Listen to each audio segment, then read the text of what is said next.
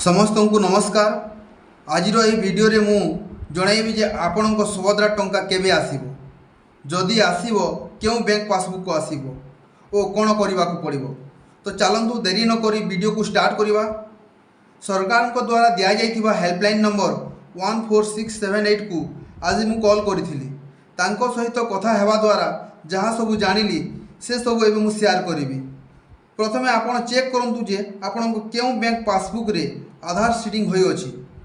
जदि आपणको पासबुक रे आधार सीडिंग होई नाही ताहेले आपणको जेउ बैंक पासबुक रे आधार सीडिंग करिवा पई चाहुछंती से बैंक को जाई आधार सीडिंग करनियंतु।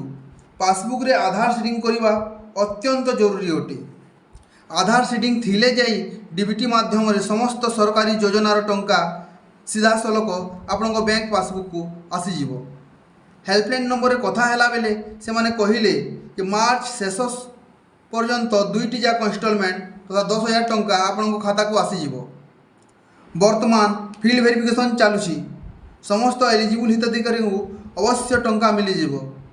जदि आपन को वीडियो भल लागिला ताहेले वीडियो को लाइक करंतु, शेयर करंतु एवं कमेंट जणांतु। धन्यवाद।